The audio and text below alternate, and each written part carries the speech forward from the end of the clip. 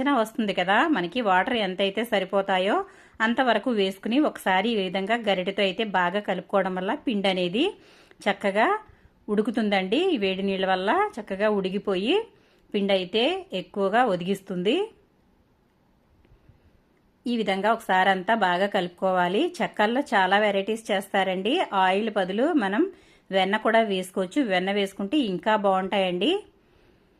ఇప్పుడు నేను ఒకసారి అయితే చేయి పెట్టి చూస్తున్నాను. చాలా వేడిగా ఉంది కాబట్టి నేనైతే ఈ విధంగా గరిటెతో ఇంకొంచెం వాటర్ వేసుకుంటూ కలుపుతున్నాను. ఒకేసారి మనం వాటర్ అనేవి వేసేసుకోకూడదు, ఎందుకంటే జోరు అయిపోతే మనం ఏం చేయలేం కాబట్టి ఈ విధంగా కొంచెం కొంచెంగా వాటర్ వేసుకుంటూ చూసుకుంటూ కలుపుకోవాలండి. ఇది గట్టి ముద్దలాగా రావాలి.